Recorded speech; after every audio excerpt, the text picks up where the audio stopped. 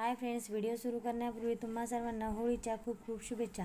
होळी या सणाला भारतभरात वेगवेगळ्या प्रथा परंपरांचा पालन केलं जातं। त्यातील अशीच एक परंपरा विदर्भात प्रसिद्ध आहे, ती म्हणजे शेणापासून तयार होत असलेल्या चाकोल्या। पूर्वी याची माळ होळीला अर्पण करून होळी पेटवली जायची। होळी आली की या चाकोल्या बनवायची 8 दिवसाआधीच घाई चालायची, परंतु ही प्रथा आता आपल्याला लुप्त पावताना दिसत चालली आहे। कारण आजकाल शहरी भागामध्ये आपली प्रथा पाळण्याची जरी इच्छा असली तरी शेण वगैरे मिळत नाही। तसेच ग्रामीण भागामध्ये आजही विदर्भात बऱ्याच ठिकाणी अशा प्रकारच्या शेणापासून चाकोल्या तयार करून त्याचा हार होळीला अर्पण करून होळी साजरी करताना आपल्याला पाहायला मिळते। तसेच आजकाल ह्या चाकोल्या शहरी भागामध्ये आपल्याला विकतसुद्धा मिळतात। पण कुठलीही गोष्ट आपण स्वतः किंवा मुलांकडून बनवून घेतली तर त्याचा आनंद वेगळाच असतो।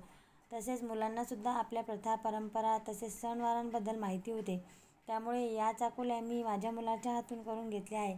त्या कशा बनवल्या, विविध आकारांमध्ये कशा बनवल्या ते आज आपण बघूया। चला तर व्हिडिओला सुरुवात करूया। ह्या चाकोल्या बनवण्यासाठी आपल्याला गाईचे शेण मिळाले तर फारच उत्तम। शेण थोडे जाडसर असते, त्यामुळे व्हिडिओत दाखवल्याप्रमाणे आपल्याला त्यामध्ये थोडे पाणी टाकून आपल्याला ते शेण मऊ करून घ्यायचे आहे आणि त्याचे व्हिडिओत दाखवल्याप्रमाणे गोळे तयार करून घ्यायचे आहे। या शेणाने हात वगैरे भरतात, मुलांचेही हात भरतात, पण चाकोल्या बनवण्याचा जो आनंद आहे तो तुम्हाला पुढे देवांच्या चेहऱ्यावर दिसणारच आहे। त्यामुळे व्हिडिओ मात्र शेवटपर्यंत नक्की बघा।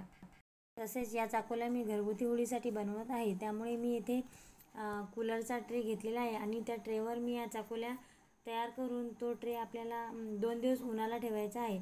2 दिवसात चाकोल्या छान वाळून तयार होतात। तसेच तुम्ही पण आजही अशा प्रकारच्या चाकोल्या तयार करून होळी हा सण साजरा करत असाल तर कमेंट्समध्ये लाईकचा थंब नक्की करा। तुम्ही बघू शकता वाळल्यानंतर ह्या चाकोल्या ट्रेला चिपकू नये म्हणून त्यासाठी मी त्यावर चुलीतील राख आधी खाली टाकत आहे आणि नंतर त्यावर आपल्याला चाकोल्या व्हिडिओत दाखवल्याप्रमाणे तयार करून घ्यायच्या आहेत। अशाच प्रकारे आपल्याला आपल्या सर्व चाकोल्या तयार करून घ्यायच्या आहे।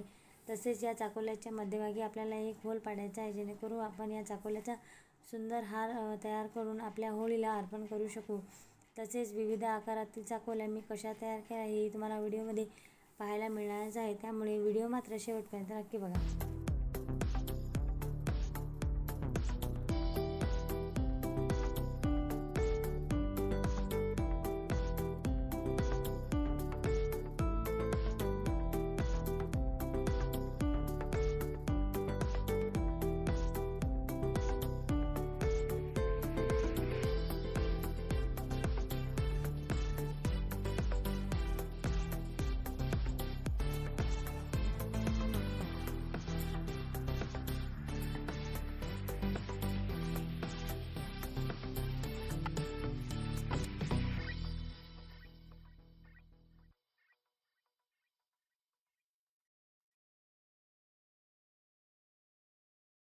तुमच्याकडे नक्की ट्राय करून बघा।